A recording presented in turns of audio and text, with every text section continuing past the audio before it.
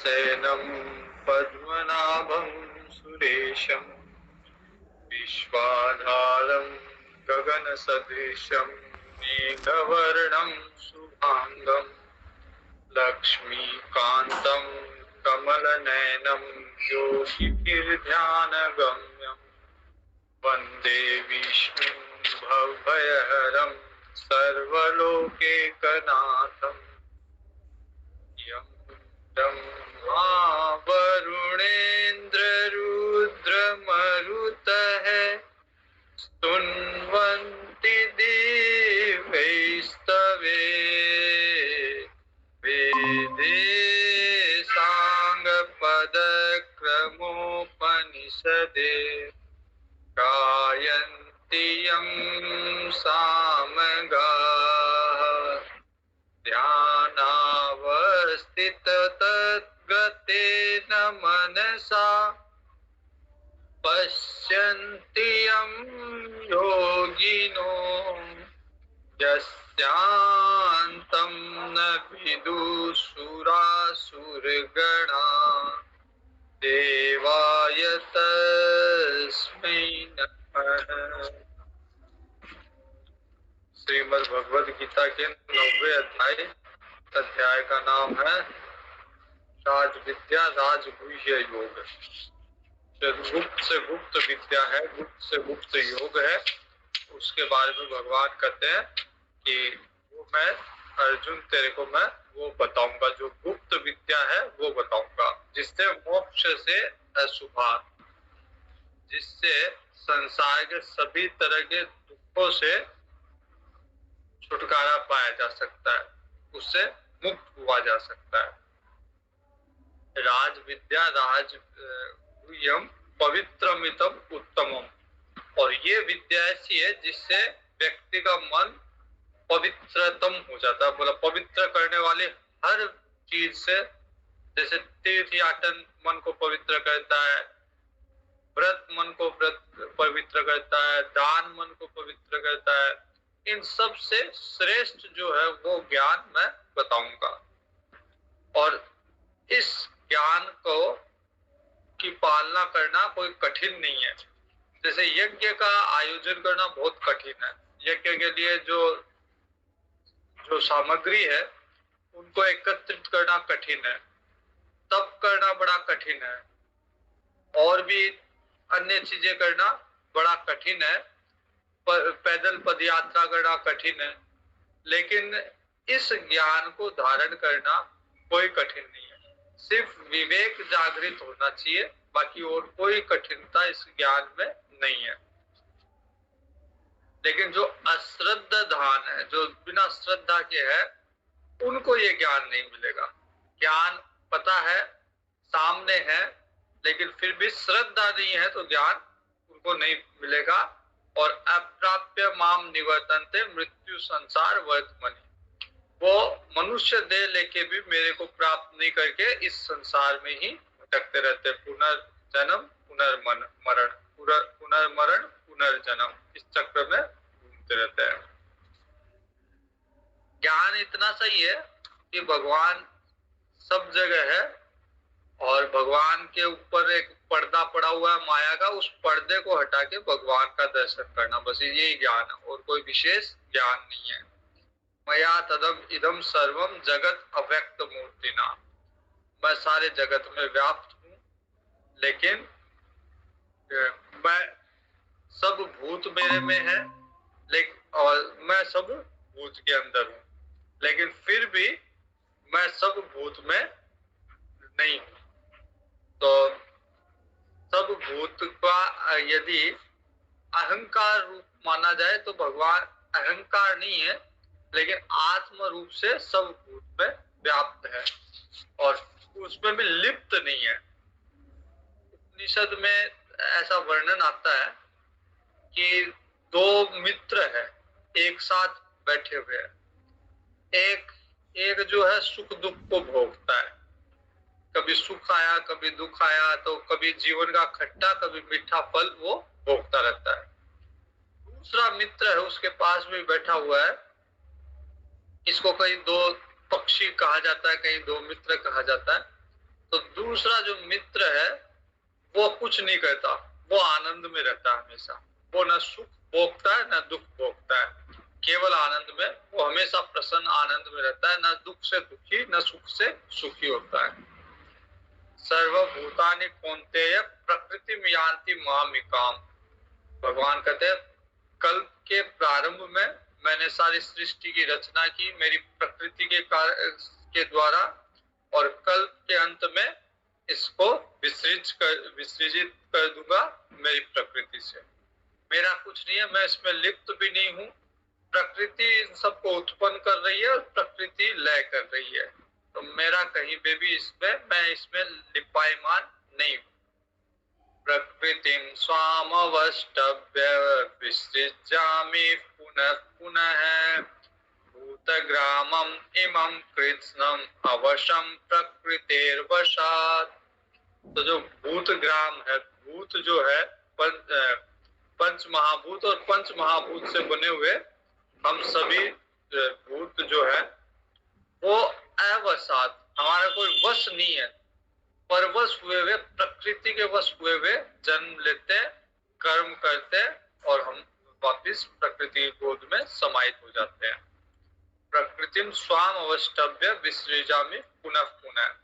तो अपनी प्रकृति को अंगीकार करके मैं सबकी रचना करता हूँ। भगवान कुछ नहीं करते, भगवान जो है निर्लिप्त भाव से, साक्षी भाव से सब कुछ देखते हैं। प्रकृति ही उत्पन्न करती है और प्रकृति में ही लय हो जाता है। न च माम तानि कर्माणि निबध्नन्ति धनंजय उदासीन वदासीनम असक्तम तेषु कर्मसु। भगवान कहते हैं ये जो कर्म हो रहा है इसमें मेरी आसक्ति भी नहीं है, मैं आसक्ति रहित एकदम उदासीन की तरह ये सारा प्रकृति उत्पन्न होती है और प्रकृति में सब लय हो जाते हैं। अगर भगवान की आसक्ति हो गई तो भगवान भी हमारी तरह दुखी होने लग जाएंगे, क्योंकि हम लोग जो सुखी दुखी होते हैं वो आसक्ति के कारण ही होते हैं। कोई अपनी वस्तु की हानि होती है, अपना कोई जाता है तो हमें दुख होता है। तो भगवान भी अगर संसार को अपना मानने लग गए तो भगवान भी हमारी तरह जब लय होगा, जब प्रलय आएगी, जब सारी सृष्टि का नाश होगा तो भगवान भी उससे दुखी होंगे। तो भगवान कहते हैं मैं इस कर्म से जो प्रकृति कर रही है, मैं ये समझता हूँ कि ये सब प्रकृति का है और मैं इससे लिप्त नहीं हूँ, आसक्त नहीं हूँ। तो भगवान का अनुसरण करते हुए हमें भी संसार में लिप्त नहीं होना चाहिए, आसक्त नहीं होना चाहिए। जो कुछ हो रहा है उसे ये समझना चाहिए प्रकृति के द्वारा सब हो रहा है, इसमें हमारा कोई इसमें लिप्त होने जैसा, आसक्त होने जैसा कुछ नहीं है। स्वामी राम सुखदास जी कहते हैं साधक संजीवनी में कि हम सब चैतन्य हैं, जो भी जीव है, जीव समुदाय है, सब चैतन्य है। और दुखी सिर्फ इसीलिए है क्योंकि प्रकृति को अपना मान लिया और प्रकृति पे कब्जा करने का प्रयास कर रहे हैं, निष्सफल प्रयास। प्रकृति में कोई घर, कोई जमीन, ये सब प्रकृति का हिस्सा है। यहाँ तक कि अपना शरीर, ये भी प्रकृति का हिस्सा है। और हम बार बार कोशिश करते हैं इस प्रकृति को अपना बनाने की। जब हम ये समझ जाएंगे कि ये प्रकृति कभी हमारी थी नहीं, है नहीं, होगी नहीं, हम शुद्ध रूप से चैतन्य है, तो इस प्रकृति में आसक्ति नहीं होगी। जैसे हम लोग घूमने गए जाते हैं, मान लीजिए हिमालय गए, हिमालय के पहाड़ को देख के कभी मन में ऐसा नहीं आता कि इस पे कब्जा कर लूं, इसको मेरा बना लूं। उसको बस देख के उसका आनंद लिया जाता है, क्योंकि इतने विशाल विशाल पहाड़ है। कभी ऐसी आसक्ति अगर उत्पन्न हो गई कि इसको अपना बना लूं, कब्जा कर लूं, तो फिर वो आनंद नहीं होगा जो उसको केवल देख के, उसको बिना आसक्ति के उसको देख के जो आनंद प्राप्त होता है, वो आसक्ति के साथ देख के आनंद प्राप्त नहीं होगा। गंगा जी में नहाते हैं, नहाने में आनंद आता है, लेकिन उसमें ये आसक्ति नहीं है कि ये मेरी गंगा है। गंगा जी सबकी है। तो जब आसक्ति उत्पन्न हो जाती है तो वहां पे फिर सुख और दुख लागू होता है। मय्याध्यक्षेण प्रकृति श्रूयते सचराचरम हेतुनानेन कौन्तेय जगत विपरिवर्तते। भगवान कहते हैं कि मेरी अध्यक्षता में, मय्याध्यक्षेण, प्रकृति जो ये बनाती है चराचर को, ये मेरे अध्यक्षता में बनाती है। ऐसा नहीं कि मैं अपनी स्वतंत्रता से बनाती हूँ, लेकिन मैं फिर भी लिप्त नहीं हूँ। जैसे बहुत सारे मैनेजमेंट होते हैं, कंट्रोल उनका होता है, लेकिन वो डे टू डे अफेयर में, दिन प्रतिदिन के कार्य में, संस्थान में हस्तक्षेप नहीं करते। वैसे भगवान कहते हैं अध्यक्षता तो मेरी है। मेरी अध्यक्षता में चराचर सहित सर्व जगत को रचती है प्रकृति, लेकिन फिर भी मैं इसमें लिप्त नहीं हूं। अवजानन्ति मां मूढ़ा मानुषीं तनुमाश्रितं परं भावम् अजानन्तो मम भूत महेश्वरम्।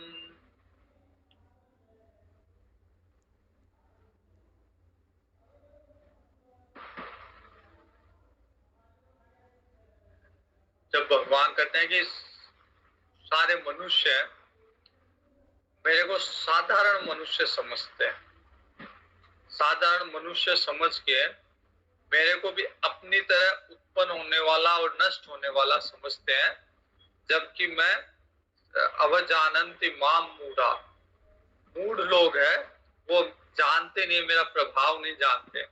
अर्जुन भी नहीं जान रहा था।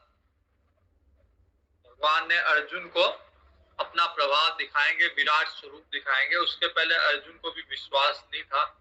तो भगवान कहते हैं जो मूढ़ है, जो अज्ञानी है, वो मेरे को जन्मने और मरने वाला समझते हैं। जैसे साधारण मनुष्य जन्मते और मरते हैं, वो ये नहीं समझते कि ये जो मेरा रूप है, इससे ऊपर भी मेरा अव्यक्त रूप है। तो मैं वास्तव में न जन्मता हूं न मरता हूं। अवजानन्ति मां मूढ़ा मानुषम तनुमाश्रितम, वो ये समझते हैं कि मैं मनुष्य शरीर में हूं, मैं, मेरी शक्ति इतनी है, लेकिन वास्तव में मेरी शक्ति परम भावम अजानंता, वो मेरे परम भाव से अनजान है अभी। मम भूत महेश्वरम, मैं जो सारे भूतों का ईश्वर हूं, उस परम भाव से अभी वो लोग, अभी उनका परिचय नहीं हुआ। वो लोग अभी जानते नहीं है कि मैं भूत महेश्वर हूँ, भूतों का ईश्वर हूँ, महाईश्वर हूँ। इसलिए वो मेरे को साधारण मनुष्य समझते हैं, मूढ़ लोग हैं। फिर भगवान कहते हैं कि लोग जबरदस्ती की आशा, जबरदस्ती की के कर्म, जबरदस्ती का ज्ञान इकट्ठा करते हैं और उससे फिर दुखी होते रहते हैं। मोघाशा मोघ कर्मणो मोघ ज्ञाना विचेतसः राक्षसीम आसुरीम चैव प्रकृतिम मोहिनी श्रिताः। तो दो तरह की प्रकृति है भगवान की, एक देवी प्रकृति, एक आसुरी प्रकृति। आसुरी प्रकृति में लोग व्यर्थ की आशा करते हैं, व्यर्थ का कर्म करते हैं, व्यर्थ का ज्ञान करते हैं। तो बिना मतलब का कर्म करना, जैसे दिन सुबह से लेकर रात तक कई लोग ताश खेलते रहते हैं, कुछ भी करते रहते हैं, उसका कोई मतलब नहीं है, कोई उसका फल नहीं मिलेगा, कोई उसका लेना देना नहीं है, कुछ नहीं है, लेकिन मोघ कर्मणा, बिना मतलब का कर्म करते रहते हैं। किसी के बारे में, दूसरे के घर में क्या चल रहा है, दूसरा व्यक्ति क्या कर रहा है, ये सारी जानकारी इकट्ठा करना, ये सब मोह कर्म है, बिना मतलब का, बिना फालतू का कर्म है ये। इसका कोई लाभ नहीं है, नुकसान भले ही हो, लेकिन कोई लाभ नहीं है।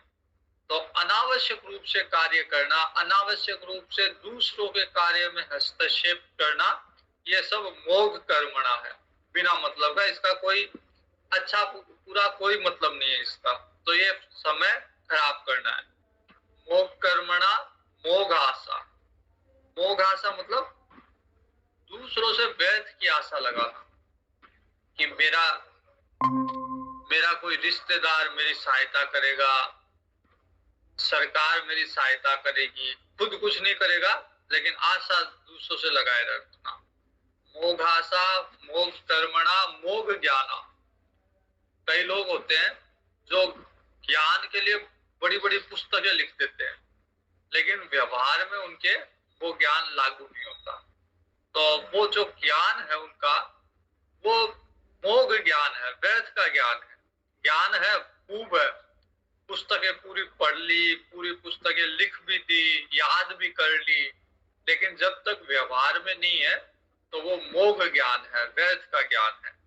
और या फिर लोग जबरदस्ती का ज्ञान इकट्ठा करते हैं। कई लोग जैसे करो तो उनको सारा ज्ञान होता है, किस वर्ल्ड कप में किसने कितनी सेंचुरी मारी, किसने कितने रन लिए, कौन कितना खेला, किसने कितने ओवर में किसको आउट किया, सारा ज्ञान होता है। लेकिन ये इस ज्ञान का कोई अर्थ नहीं है। अगर इस तरह का ज्ञान इकट्ठा कर भी लिया तो उससे कोई लाभ नहीं है। तो इसलिए भगवान कहते हैं कि जो आसुरी संपत्ति वाले होते हैं वो मोघ आशा मोघ कर्मणा मोघ ज्ञाना विचेतस है।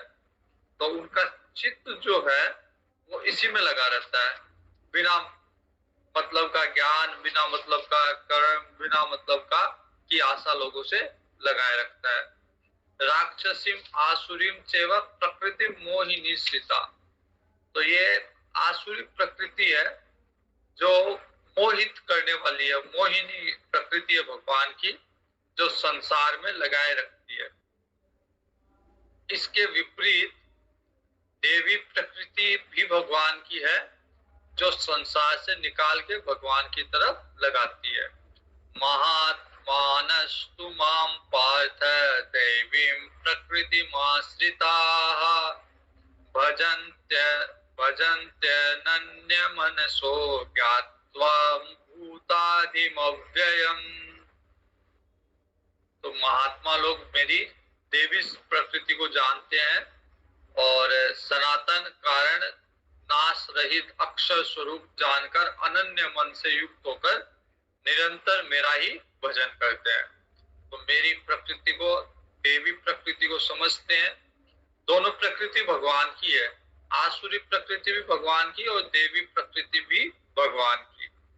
लेकिन देवी प्रकृति का काम है संसार से निकाल के भगवान में लगाना, आसुरी प्रकृति का काम है अनावश्यक रूप से संसार में फंसाए रखना, बिना मतलब की आसक्ति रखना संसार में, बिना मतलब के कर्म करना, बिना मतलब की आशा रखना, बिना मतलब का ज्ञान इकट्ठा करना। और बहुत सारे लोग जैसे तरह तरह के वाद विवाद में उलझ जाते हैं।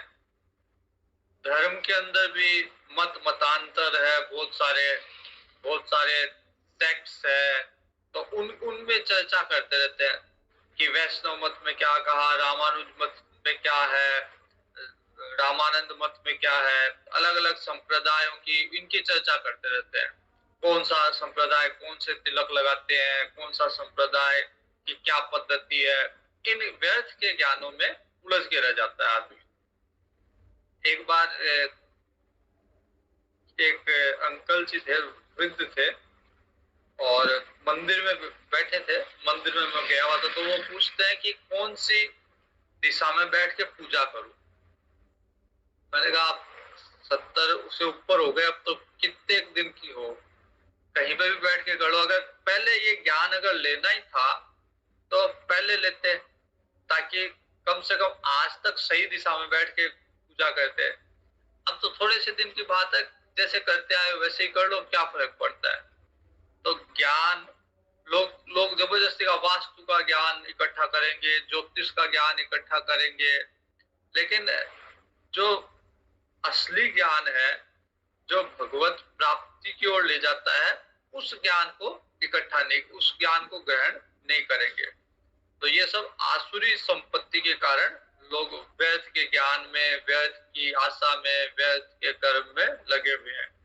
जबकि महात्मा लोग भगवान की देवी संपत्ति के उपासक है और भगवान को जानते हैं कि इस सबसे ऊपर जो भगवान है वो भूतादिम अव्ययम, जो नाश रहित अक्षर स्वरूप में भगवान है, उसके स्वरूप को देवी संपत्ति के कारण वो जानते हैं।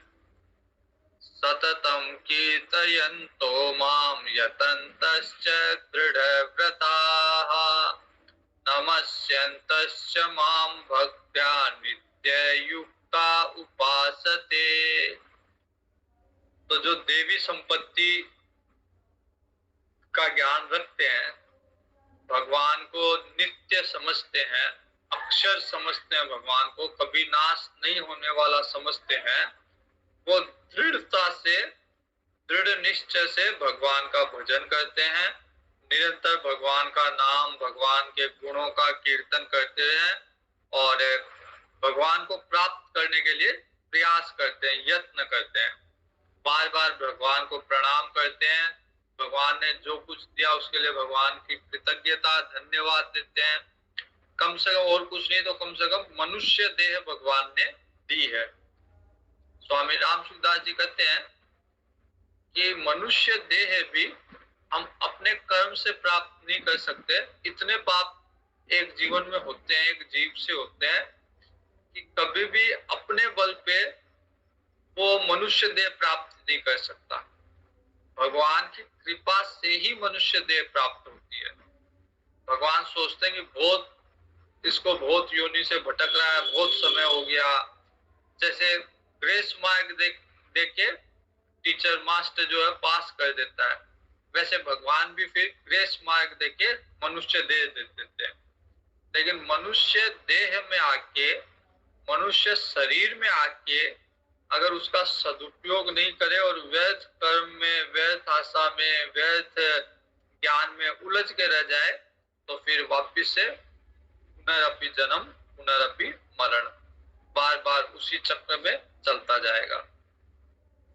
तो जो भगवान की देवी संपत्ति में, वो बार बार भगवान की कृतज्ञता व्यक्त करेगा, धन्यता व्यक्त करेगा, भगवान को प्रणाम करेगा, भगवान की उपासना में लगा रहेगा।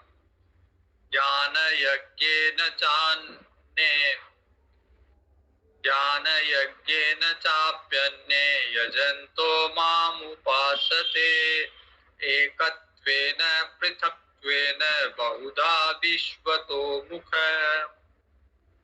तो वो ज्ञान यज्ञ से भगवान की, निर्गुण भगवान की उपासना करेगा या फिर भगवान के विराट स्वरूप की उपासना करेगा।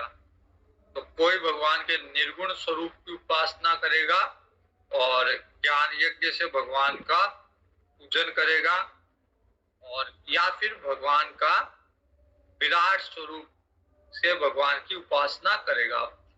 जैसे सूर्य है, भगवान के नेत्र है, तो सूर्य की उपासना कर रहा है मतलब भगवान के नेत्र की उपासना कर रहा है। नदियां है, भगवान की धमनियां है, तो नदियों की उपासना कर रहा है, इसका मतलब भगवान की धमनियों की उपासना कर रहा है। पर्वत भगवान की अस्थि है। ये सब सृष्टि, सारी की सारी सृष्टि भगवान का ही रूप है। तो सृष्टि में अगर किसी भी चीज की उपासना कर रहा है, पेड़ पौधे भगवान के रोम है, तो अगर किसी पेड़ पौधे की उपासना कर रहा है तो वो भगवान के रोम की उपासना कर रहा है। तो भगवान के विराट स्वरूप, एक पत्थर की भी उपासना कर रहा है तो उस पत्थर में भी भगवान है, कंकर कंकर में शंकर। तो जैसे मूर्ति पूजा कर रहे हैं तो उस पत्थर में, उस मूर्ति में भगवान की आस्था रख के और उसकी उपासना कर रहा है। तो किसी भी भाव से, किसी भी तरह से, जे ज्ञान यज्ञ से भगवान को निराकार समझ के उसकी उपासना कर रहे हैं, या भगवान के सगुण साकार रूप की उपासना कर रहे हैं, किसी को भी प्रतीकात्मक रूप से भगवान का सगुण रूप मान लिया और उसकी उपासना कर दी, तो दोनों ही तरह से भगवान कहते हैं कि दोनों ही भावों से मेरी उपासना होती है। और वास्तव में मैं ही सारा कर्म करने वाला हूँ। अहम क्रतुर अहम यज्ञ स्वधाहम अहम औषधम मंत्रोहम अहम एवाज्यम अहम अग्निर अहम भूतम। तो यज्ञ में पहले भी ऐसा एक श्लोक आया था, ब्रह्मार्पणम ब्रह्म हवि ब्रह्माग्नो ब्रह्मणाहुतम ब्रह्मेव तेन गंतव्यम ब्रह्म कर्म समाधिनम। जो कुछ हो रहा है, जो कुछ चल रहा है, वो भगवान का ही है। यज्ञ का उदाहरण है कि यज्ञ में अग्नि है, वो भगवान है। यज्ञ में द्रव्य, जिससे यज्ञ में द्रव्य चढ़ाया जाता है, वो भगवान है। यज्ञ करने वाला, यज्ञ का कर्म भगवान है। यज्ञ से जो प्राप्त होगा वो भगवान है। सब भगवानमय है। तो सारे कर्म भगवान भगवतमय होने चाहिए। तो भगवान कहते हैं क्रतु अहम, करने वाला यज्ञ मैं हूँ।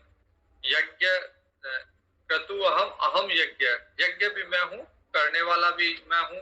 स्वधा जो उस यज्ञ में डल रही है, स्वधा अहम, वो मैं हूँ। उसमें औषधि डल रही है, वो मैं हूँ, औषधि अहम। मंत्र बोले जा रहे हैं यज्ञ में, तो मंत्र भी मैं हूँ। घृत डाला जा रहा है, वो घृत भी मैं हूँ। अग्नि प्रज्वलित हुई, अग्नि भी मैं हूँ। और हवन रूपी जो क्रिया हो रही है, वो क्रिया भी मैं हूँ। अग्निरहम अहम भूतम। तो जो कुछ संसार में भी चल रहा है, जो कुछ चाहे बारिश वर्षा हो रही है, चाहे कहीं अग्नि लग रही है, जो कुछ हो रहा है संसार में, सब भगवान का ही रूप है। कहीं अन्न उत्पन्न हो रहा है तो वो भी भगवान का ही रूप है। उस अन्न को हम ग्रहण कर रहे हैं, उस अन्न से हम सृष्टि को उत्पन्न कर रहे हैं, तो वो सब भगवान का ही रूप है। सारा का सारा यज्ञ जो हो रहा है सृष्टि में, वो सब भगवान का ही रूप है। पितामहस्य जगतो माता धाता पितामह वेद्यम पवित्रम ओंकार ऋक्षाम यजुरेव च। तो संपूर्ण जगत को धारण करने वाला पिता मैं हूँ, धारण करने वाला मैं हूँ, उत्पन्न करने वाला मैं हूँ। सारे सारे कर्मों में जो वेद्य है, जो सारे वेदों में ओंकार है, वो ओंकार में हूँ। पिता पितामह सब में हूँ। पवित्र ओंकार जो ऋग्वेद सामवेद यजुर्वेद में कहा गया है, वो सब मैं। गतिर्भर्ता प्रभु साक्षी निवास शरणम सुहृद प्रभव प्रलय स्थानम निधानम बीजम अव्ययम। जिस धाम के लिए हम, जिस लोक के लिए हम प्रयास करते हैं, वैकुंठ लोक के लिए लोग प्रयास करते हैं, या शिव लोक के लिए प्रयास करते हैं, या भगवान के साकेत लोक के लिए, या गोलोक के लिए प्रयास करते हैं, भगवान कहते हैं वो लोक भी मैं हूँ। प्राप्त होने जो गति है, जिस गति में जाना जाता है, चाहे स्वर्ग जाना चाहे चाहे नर्क जाना चाहे, सबकी गति में हूँ। भरता मैं हूँ, सबका भरण पोषण करने वाला मैं हूँ। सबका साक्षी मैं हूँ, सबको देख रहा हूँ मैं। सबको जो कुछ भी कोई कर्म कर रहा है, सारे कर्म मैं देख रहा हूँ सबके, तो साक्षी मैं हूँ। निवास मैं हूँ, सब मेरे में ही अंदर, मेरे में ही रहते हैं। और सबको शरण देने वाला मैं हूँ। सबका सुहृद मैं हूँ, सबका शुभ चिंतक मैं हूँ, सबका अच्छा करने वाला मैं हूँ। प्रभव प्रलय स्थानम निधानम बीजम अव्ययम। सबका अविनाशी बीज, सबका मूल कारण मैं हूँ। सबकी उत्पत्ति, सबकी स्थिति और सबका प्रलय, सब मैं हूँ। तो भगवान, वास्तव में भगवान सारे स्वरूपों में भगवान ही है। मृत्यु भी भगवान है, लेकिन हम लोग तैयार नहीं होते कि भगवान को सब स्वरूप में भगवान की को देखें, भगवान की आराधना। ऐसे थोड़ी ना वासुदेव सर्वम कि भगवान को सब जगह देखना। अब कहीं मृत्यु आ गई तो लोग मृत्यु को तो पूरा बताएंगे, मृत्यु क्यों आ गई। लोग कई बार कहते हैं जैसे कोई जवान मृत्यु हो जाती है तो लोग कहते हैं अनहोनी हो गई, तो वो ये नहीं कहते कि भगवान, ये भी भगवान का ही आशीर्वाद है, भगवान का ही स्वरूप है। वास्तव में है तो भगवान का ही स्वरूप, लेकिन हमारे प्रतिकूल चीज है, इसलिए हम उसे स्वीकार नहीं करते। जब जैसे अब आगे वाले अध्याय में भगवान बताएंगे, 11वें अध्याय में अर्जुन पूछता है कि भगवान ये, जब भगवान विराट स्वरूप दिखाते अपना कि भगवान सबको अपनी जिह्वा से अंदर खींच रहे हैं, तो ये विराट स्वरूप देख के अर्जुन डर जाता है। अर्जुन पूछता भगवान ये कौन है? भगवान कहते ये मेरा ही रूप है, मैं अभी काल के रूप में बढ़ा हुआ हूँ। जैसे कोरोना के समय लग रहा था कि भगवान अब काल के रूप में बढ़े हुए हैं, कभी कौन मर रहा है, कभी कोई मर रहा है, डेली किसी न किसी की खबर आती थी, आज वो मर गया वो मर गया। तो उस समय भगवान ने काल रूप धारण कर रखा था। अभी थोड़े दिन पहले मैं अमरनाथ गया था और वहां पे बादल फट गए थे अमरनाथ। तो मैं नीचे कैंप में था उस समय, शेषनाग में कैंप है वहां पे था उस समय। वहां से 6 किलोमीटर है अमरनाथ की गुफा। तो वहां पे जब बादल फटे तो वहां से लोग भाग के आ रहे थे। कोई गुफा में जा ही नहीं पाया, कोई नीचे से आ गया, कोई आधे रास्ते से आ गया, किसी का कोई रिश्तेदार परिवार वाले रह गए उधर ही, कोई बिछुड़ गए, किसी का बैग रह गया, किसी की चाबी रह गई, मतलब सब हाल बेहाल में सब वहां आ रहे थे, वापिस नीचे आ रहे थे। तो वहीं पे एक साधु थे, बाबा जी, 3-4 उनका ग्रुप था। तो उसमें 2-3 तो घूम गए, इधर उधर हो गए, और 2 थे। तो एक वापिस उनमें से एक कहता है कि कल मैं वापस जाऊंगा और भगवान भोलेनाथ उसके अमरनाथ गुफा के दर्शन करने के लिए वापस जब ठीक हो जाएगा 1-2 दिन में, तो मैं वापस जाऊंगा। 1-2 दिन में यहीं रहूंगा, कैंप में ही रहूंगा, और वापस जाके भगवान के, अब इतनी दूर आया हुआ हूँ तो दर्शन करूंगा ही। उसमें से दूसरा एक साधु बोलता है, बोला मेरे को तो दर्शन हो गए। बोला अब की बार भोले बाबा ने अपने सौम्य रूप का दर्शन नहीं देके अपने रुद्र रूप का दर्शन दिया है तो भगवान का ही रूप, ये भी भगवान का ही रूप है। तो मैं तो संतुष्ट हूँ कि भगवान ने रुद्र रूप में दर्शन दिए, और मैं तो मतलब इससे संतुष्ट हूँ, और मैं वापस जा रहा हूँ। वो वापस चले गए। तो जो भी रूप है भगवान का, उसे ज्ञानी व्यक्ति उस सारे रूप को स्वीकार करता है। अज्ञानी उसमें अपनी प्रतिकूलता में, अनुकूलता तो स्वीकार कर लेगा, भगवान जब सौम्य रूप में दिखेंगे तब वो स्वीकार कर लेगा, लेकिन भगवान ही जब विराट रूप में, रुद्र रूप में दिखेंगे तो फिर वो स्वीकार नहीं कर पाएगा। भागवत जी में जब भगवान नरसिंह अवतार में आते हैं तो यहाँ तक कि ब्रह्मा जी और यहाँ तक कि लक्ष्मी जी भी भगवान के पास नहीं जाती। ब्रह्मा जी जब भगवान का इतना क्रुद्ध अवतार है तो इतना भगवान का जब क्रोध देखते हैं तो लक्ष्मी जी को भेजते हैं कि आप पास में जाओ। तो लक्ष्मी जी कहते हैं कि इस अवतार के सामने तो मैं भी नहीं जा सकती, मैं अर्धांगिनी हूँ भगवान की, भगवान के साथ रहती हूँ। लेकिन अब जो भगवान ने नरसिंह अवतार धारण किया है, इस भयंकर, इस क्रोध वाले अवतार के सामने तो मैं भी नहीं जाऊंगी। फिर प्रहलाद जी जाते हैं, प्रहलाद जी को आगे करते हैं वो लोग कि आपके लिए अवतार ग्रहण किया है, आप बालक हो, आप भगवान के भक्त हो, तो आप भगवान के पास जाके भगवान को शांत करो। भगवान प्रहलाद जी जाके कहते हैं कि भगवान आपने अच्छा किया, मेरे पिता को मार दिया, इनकी तो ये गति होनी थी। और प्रहलाद जी तो, भक्त जो होता है वो भगवान के किसी भी रूप से डरता नहीं है। जैसे प्रहलाद जी नहीं डरे, वैसे भक्त किसी भी रूप से नहीं डरता। तो भगवान कहते हैं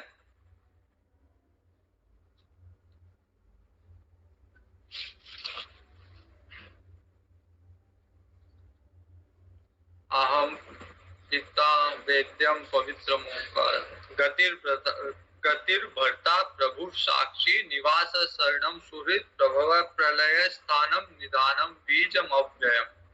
सबका अव्यय बीज जो है, जो कभी नाश नहीं होता, वो बीज मैं हूं। तो भगवान जब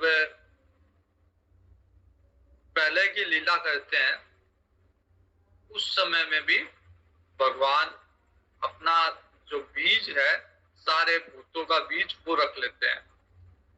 भागवत जी में कथा आती है, भगवान ने जब मत्स्य अवतार लिया तो भगवान उसको राजा को कहते हैं कि ये वो सब प्रलय हो जाएगा, ये एक मत्स्य रहेगा और तुम नाव में सारे बीज बीज रखे, बीज इकट्ठा करना सब सब भूतों के, और उन बीजों के सहित नाव में रहना, तुम्हारा अंत नहीं होगा, बाकी सब प्रलय को प्राप्त हो जाएंगे।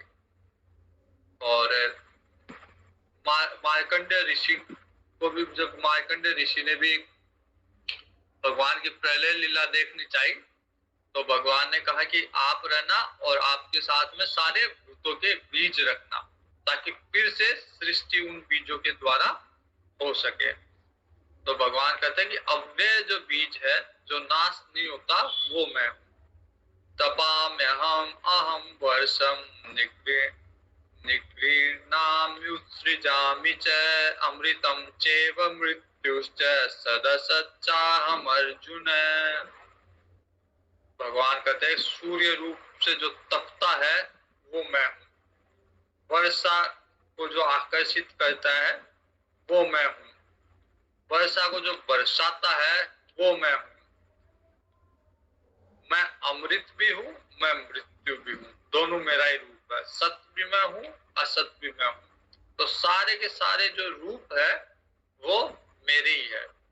अब भगवान देखो, हम लोग कहाँ दूर राजस्थान में रहते हैं, भगवान कहाँ से वर्षा को, कहाँ से जल को उठाते हैं, खारे समुद्र में से जल को उठाते हैं, फिर उस खारे जल को मीठे पानी में बदलते हैं, उसको ऊपर ले जाते हैं, किरणों के माध्यम से ऊपर बादल बनाते हैं, बादल फिर चल के जहां हम हैं वहां तक आते हैं, ट्रांसपोर्टेशन हो रहा है, वहां पर आके बादल बरसेगा, खारे से मीठा बन गया, फिर बूंद बूंद में बरसेगा। अगर बादल पूरा ऐसे गिर जाए, बादल फट जाए, तो नीचे कितने लोग मर जाए, लेकिन बूंद बूंद में वो बादल बरसेगा। और फिर नीचे भी जमीन उस बादल, उस पानी को सोख के अपने अंदर समाहित करेगी, ताकि जब बारिश ना हो, हमेशा बारिश होती रहे तब भी हमारा काम नहीं चलेगा। इसलिए जब बारिश ना हो तब फिर हम जमीन का पानी, जो अंडरग्राउंड वाटर है, जमीन का पानी है, भूमि के अंदर जो जल है, उससे हम अपना काम चला सके। तो पूरा सिस्टम कितना बुद्धि मान्यता से हो रहा है। तो ये कौन कर रहा है? ये सब भगवान कर रहे हैं। बिना दिखे हुए भी भगवान की इस बुद्धि मान्यता को देखा जा सकता है कि कैसे पानी को ऊपर उठाया, ऊपर उठा के कैसे बादल के माध्यम से दूर दूर तक ले गए, वहां पे कैसे धीरे धीरे उसको बरसाया, वहां पे कैसे उसको जमीन में उसको सुरक्षित रखा। ये पूरा का पूरा भगवान का सिस्टम।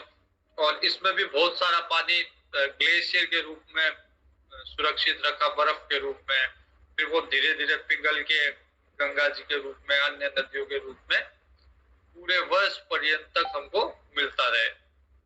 तो ये सारा का सारा भगवान का ही सिस्टम बनाया हुआ है। भगवान कहते हैं अमृत भी मैं हूँ, जीवन भी मैं ही देता हूँ, मृत्यु भी मैं हूँ। किसी को, किसी की मृत्यु, किसी का काल भी मैं ही हूँ। सद भी मैं हूँ, असत भी मैं हूँ। अर्थात जो चैतन्य है, सत है, वो भी मैं हूँ, और जो प्रकृति है, असत है, वो भी मैं हूँ। त्रे विद्या माम सोम पापूत पापाः यज्ञैरिष्ट्वा स्वर्ग गतिं प्रार्थयन्ते ते पुण्यमासाद्य सुरेंद्र लोकम्। अस्नन्ति दिव्यान् दिवि देव भोगान्। वेदों में बहुत सारी मंत्र है जो स्वर्ग को प्राप्त करने के लिए है। तो भगवान कहते हैं कि तीनों वेदों में विधान किया हुआ है कि सकाम कर्म से यज्ञ यज्ञ से प्राप्त हुआ हुआ सोमरस पीने से जो पाप रहित पुरुष है, पुण्य पुण्य वाले पुरुष है, पुण्यशील पुरुष है, वो मुझको वो स्वर्ग में पूजा करके स्वर्ग को प्राप्त होंगे। तो यज्ञ करके, यज्ञ से जो यज्ञ का फल है सोमरस पी के, और उससे स्वर्ग में जाया जा सकता है। तो ये सब सकाम कर्म है। और ते पुण्य मासाद्य सुरेंद्र लोकम स्नान्ति दिव्यान दिव्य देव भोगान। और फिर वहां पे स्वर्ग लोक में तरह तरह के दिव्य भोग का वो भोग भोगते हैं। देवताओं के भोग जो दिव्य भोग है उनको भोगते हैं। ते तम भुक्त्वा स्वर्ग लोकम विशालम क्षीणे पुण्य मर्त्य लोकम विशन्ति। उन दिव्य विशाल भोगों को भोग के जब पुण्य क्षीण हो जाता है तो वापस मृत्यु लोक में आ जाते हैं। तो ऐसा नहीं है कि स्वर्ग में हमेशा के लिए चले गए। जब तक पुण्य है तब तक स्वर्ग में, पुण्य क्षीण हुआ वापस मृत्यु लोक में आना पड़ता है। एवं त्रयी धर्म मनु प्रपन्ना गतागतम काम कामा लभन्ते। तो जब कामना होती है, ये स्वर्गलोक की कामना है, लेकिन ये भी वापस व्यक्ति को मृत्यु लोक में लाती है। ऐसा नहीं है कि ये मुक्त करा देगी, ये कामना भी स्वर्गलोक ले जाएगी, वहां के भोग भोगने देगी। भोग भोगने के बाद में भुक्त्वा भोगान तेतम भुक्त्वा स्वर्ग लोकम विशालम क्षीणे पुण्य मर्त्य लोकम विशन्ति। पुण्य क्षीण होते वापस मृत्यु लोक में आ जाता है।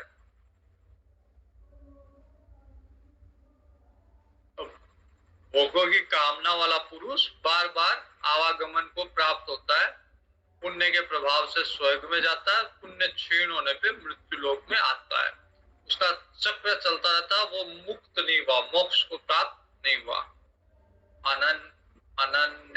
अनन्यश्चिन्तयन्तो मां ये जना पर्युपासते तेषां नित्याभियुक्तानां योगक्षेमं वहाम्यहम्। तो जिसकी कामना है, जब तक कामना है वो इस चक्र में लगा रहता है, कभी स्वर्ग जाएगा, कभी नरक जाएगा, कभी मृत्यु लोक में आएगा, वापस मृत्यु लोक में आएगा, स्वर्ग में जाके भोग भोगेगा, नरक में जाके यातनाएं भोगेगा, और वापस से फिर मृत्यु लोक में आना ही पड़ेगा। लेकिन भगवान का जो अनन्य चिंतन करने वाले हैं, अनन्य चिंतयन्तो माम ये जना पर्युपासते, भगवान का अनन्य चिंतन करके भगवान की उपासना, निरंतर भगवान की उपासना करते हैं, ऐसे निष्कामी लोग जिनकी कोई कामना नहीं होती है, तेसाम नित्याभियुक्ता नाम, नित्य निरंतर मेरे में लगे हुए ऐसे लोगों के भगवान कहते हैं योग क्षेम वहाम्य हम। ऐसे पुरुषों का, ऐसे जीवों का योग क्षेम मैं वहन करता हूँ। उनको क्या मिलना चाहिए, क्या उनसे उनके पास बना रहना चाहिए, वो सब मेरी जिम्मेदारी है। LIC वालों का ये स्लोगन है, जो लोगों उनके लोगों पे लिखा हुआ रहता है योग क्षेम वहाम्य हम। तो भगवान ये गारंटी देते हैं कि जो मेरे में नित्य मेरा चिंतन करता है, उसको स्वर्ग भी प्राप्त होना चाहिए, तो मैं उसको स्वर्ग प्रदान करता हूँ। उसको अगर पृथ्वी लोक में सारे भोग उपलब्ध होने चाहिए, मैं उसको भोग उपलब्ध कराता हूँ। कौन से भोग नहीं भोगने चाहिए वो मैं उससे हटा देता हूँ। कौन से भोग बने रहने चाहिए उसके पास, मैं बनाए रखता हूँ। तो योग और क्षेम, क्या मिलना चाहिए, क्या रहना चाहिए, क्या वहां से हटना भी जरूरी है। अगर पूरा संकट इकट्ठा कर लें तो फिर हम उस स्थान में कैसे रह पाएंगे। तो अगर तरह तरह के भोग हमारे पास इकट्ठा होते रहे तो हम उसी में उलझे रहेंगे। तो भगवान कहते हैं उसके योग भी मैं वहन करूंगा, क्षेम भी वहन करूंगा, क्या बना रहना चाहिए, क्या हटना चाहिए वहां से। तो ये सारी जिम्मेदारी, ये सारी गारंटी मेरी है। योग क्षेम वहां में ये अब ये अप्यन्य देवता भक्ता यजन्ते श्रद्धयान्विताः तेपि मामेव कौन्तेय यजन्त्य विधिपूर्वकम्।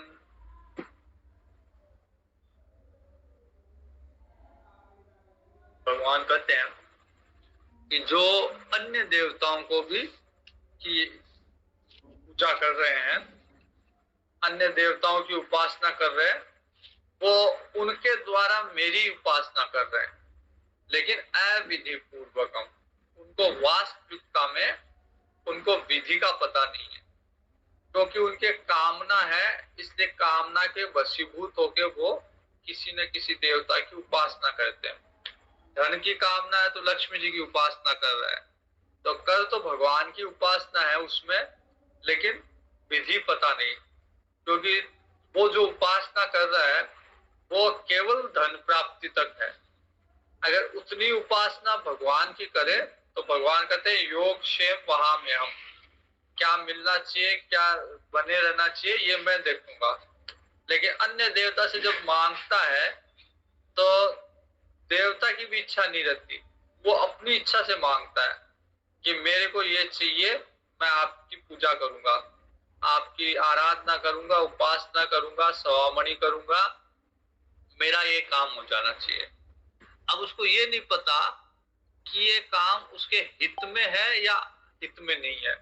किसी भी मनुष्य को ये नहीं पता। जैसे कई बार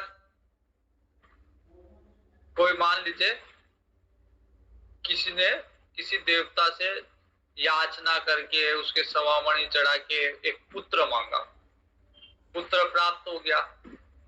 अब वो पुत्र 15 साल का 16 साल का हुआ, युवा हुआ, बहुत सुंदर सुशील पुत्र है, और उसकी उम्र 15-16 साल ही है, और वो 15-16 साल की अवस्था में वो पुत्र मर जाता है। तो उसको जितना दुख पुत्र नहीं होने का था उससे ज्यादा, उससे 100 गुना ज्यादा दुख होता है कि पुत्र था, अच्छा पुत्र था, सुशील पुत्र था, अभी जवान हो रहा था, उसकी मृत्यु हो गई। तो इससे अच्छा वो फिर सोचता है कि इससे अच्छा तो पुत्र ना होता तो अच्छा था। लेकिन उस समय उसको पता नहीं था कि ऐसा होगा, इसलिए वो याचना करके, मन्नतें मांग के, सवामणि बोल के, भगवान को, अन्य देवताओं को प्रसन्न करके और उनसे ये ले लेता है, कोई भी अपनी इच्छित कामना पूरी करवा लेता है। लेकिन भगवान से अगर मांगोगे तो भगवान नहीं देंगे। भगवान केवल वो ही देंगे जो आपके हित में है, जो हमारे हित में होते हैं, केवल वो ही देते हैं। जैसे नारद जी ने भगवान से रूप मांगा कि आपका रूप दे दो, तो भगवान को पता था कि इससे तो नारद जी बंध जाएंगे, विवाह होगा, नारद जी संसार में बंध जाएंगे। भगवान ने नारद जी को रूप नहीं दिया। जबकि नारद जी यदि, ये तो छोटा सा काम था, ये तो किसी से भी मांग लेते, इंद्र से, किसी से भी मांग लेते, किसी भी देवता से मांग लेते, अश्विनी कुमारों से, किसी भी देवता से, यहाँ तक राक्षसों से मांग लेते हैं, क्योंकि राक्षसों के पास में भी माया शक्ति है, वो कोई भी रूप धारण कर सकते हैं, तो वो भी दे देते हैं। लेकिन क्योंकि नारद जी ने भगवान से मांगा, इसलिए भगवान ने वही दिया जो नारद जी के हित में था। भले ही उस समय नारद जी को क्रोध आया हो, नारद जी को लगा हो कि मेरा अनिष्ट कर दिया, लेकिन अंत में नारद जी के भी ये समझ में आ गया कि मेरा परम कल्याण इसी में था। तो भगवान, अन्य देवता से हम मांग के, उनकी उपासना करके भगवान की उपासना कर रहे हैं, क्योंकि वो भी दे रहे भगवान की शक्ति से, लेकिन वो अविधि पूर्वक है, क्योंकि उसका फल उनको भी नहीं पता, देवताओं को भी, और जो प्राप्त कर रहा है उसको भी नहीं पता, भगवान को पता है। इसलिए भगवान उसे जो उसको योग क्षेम उसको चाहिए होता है वो विधि पूर्वक ही देते हैं। अविधि पूर्वक नहीं देते। अहम ही सर्व यज्ञानां भोक्ता भोक्ता च प्रभुरेव च न तु मामभिजानन्ति तत्त्वे तत्त्वेनातश्च्यवन्ति ते। भगवान कहते हैं कि मैं संपूर्ण यज्ञों का भोक्ता हूँ, संपूर्ण यज्ञ मैं हूँ, संपूर्ण यज्ञ को करने वाला मैं हूँ, अग्नि मैं हूँ, उसमें आहुति मैं हूँ, सब कुछ मैं हूँ और यज्ञ का भोक्ता भी मैं हूँ। जिसके लिए यज्ञ कर रहे हो, आहुति डाल रहे हो, जो भोगेगा उस आहुति को, वो सारा भोक्ता भी मैं हूँ, स्वामी भी मैं हूँ उसका। जैसे दक्ष यज्ञ कर रहा था और यज्ञ अपूर्ण रह गया, शिव गणों ने उसको ध्वस्त कर दिया। फिर क्योंकि जब देवता गए, देवताओं ने जाके भगवान से यही प्रार्थना की, शिव जी से, कि यज्ञ के स्वामी आप भी हो, इसलिए आपको ही उसे वापस कराना चाहिए। तो भगवान कहते हैं यज्ञ का भोक्ता भी मैं हूँ, स्वामी भी मैं हूँ। लेकिन लोग मुझे तत्व से नहीं जानते। लोग तरह तरह देवताओं को मेरा स्वरूप मान लेते हैं, तरह तरह के अपनी कामनाओं के वशीभूत होकर तरह तरह की मेरे से याचना करते हैं। इसी से वे गिरते हैं और पुनर्जन्म को प्राप्त होते हैं। तत्व से अगर कोई मेरे को जानेगा तो फिर वो पुनर्जन्म को प्राप्त नहीं होके मुक्त हो जाएगा। यान्ति देवव्रता देवान् पितॄन् यान्ति पितृव्रताः भूतानि यान्ति भूतेजा यान्ति मद्याजिनोऽपि माम्। तो जैसे जो उपासना करेगा, देवताओं की उपासना करने वाला देवलोक में चला जाएगा, इंद्र की उपासना करेगा वो स्वर्ग में चला जाएगा, स्वर्ग के भोग भोगेगा। लेकिन जब तक वो इंद्र है तब तक ही, या जब तक पुण्य है तब तक ही। अगर पुण्य भी है लेकिन वो इंद्र ही बदल गया, ट्रांसफर हो गया उसका, वो चला गया, तो फिर वहां पे उसको भी नहीं रहने देंगे। तो ज्ञान, जब देवता की उपासना करने वाला देवलोक को प्राप्त होगा, पितरों की उपासना करना पितृलोक को प्राप्त होगा, भूतों की उपासना करने वाला भूतलोक को प्राप्त होगा। तो भगवान कहते हैं मेरी उपासना करने वाला मुझे ही प्राप्त होगा।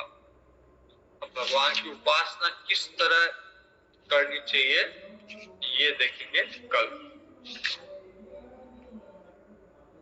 पूर्णमिदं पूर्णात् पूर्णमुदच्यते पूर्णमादाय पूर्णमेवावशिष्यते। शांति शांति शांति। हरि ओम श्री गुरुभ्यो नमः। हरि ओम। हरि ओम। धन्यवाद।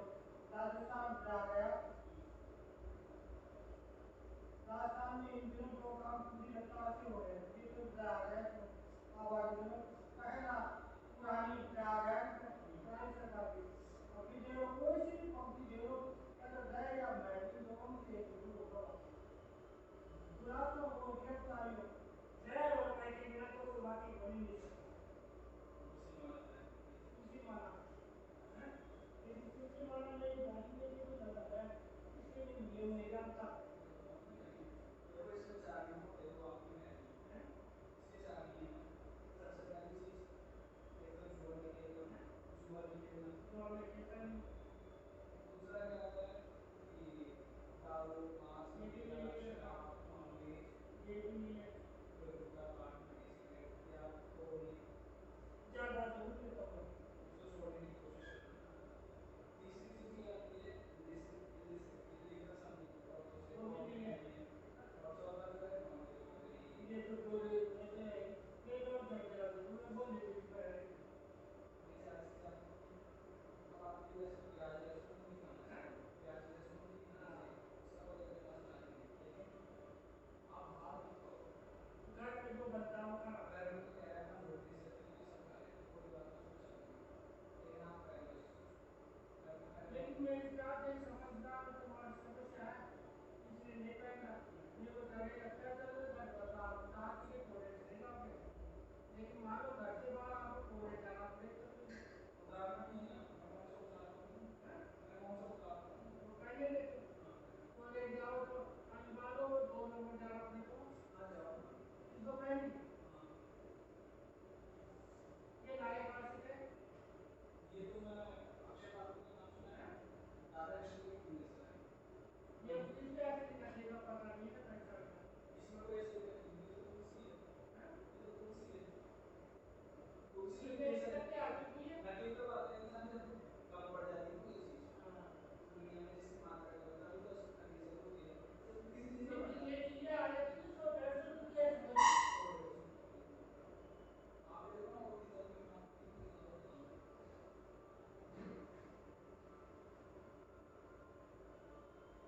क्या हो गया? तब तो ये नहीं करना चाहिए। आपको मैंने कहा था ना कि हनुमान जी से क्या मांगते हो आप? हाँ, हनुमान जी से तो मांगूंगा ये मैं। देखो अपनी ये कितनी विद्वता का प्रतीक है। बुद्धिहीन तन जागे सुनो प्रभु। अपने आप को मैंने वक्त है ना, ये कह रहा मैं बुद्धिहीन हूँ, मेरे बुद्धिहीन हूँ मैं, इसलिए मैं आपका पूजन कर रहा हूँ। नहीं, शायद उनके बारे में हनुमान जी के बारे में। बुद्धिहीन अपना मान थोड़ी है। अच्छा मैं बुद्धिहीन तन जागे, मैं अपने आप को बुद्धिहीन जान करके लोगों को मारा आपका स्मरण कर रहा हूँ। अब देखो क्या मांगे सब, बल बुद्धि विद्या देहोगी। अपन क्या मांग रहे हैं? बल मांग रहे हैं, बुद्धि मांग रहे हैं, विद्या मांग रहे हैं। हाँ फिर आगे हरो कलेश विकार, ये तो अपने पास है नहीं, बल भी नहीं है अपने पास, बुद्धि भी नहीं है, विद्या भी नहीं है, इसलिए 3 चीज मांग रहे हैं। जो अपने पास है वो तो कह रहे आप उनको खत्म करो। आया नहीं अपने पास, वो तो क्या यूज करके रखना है।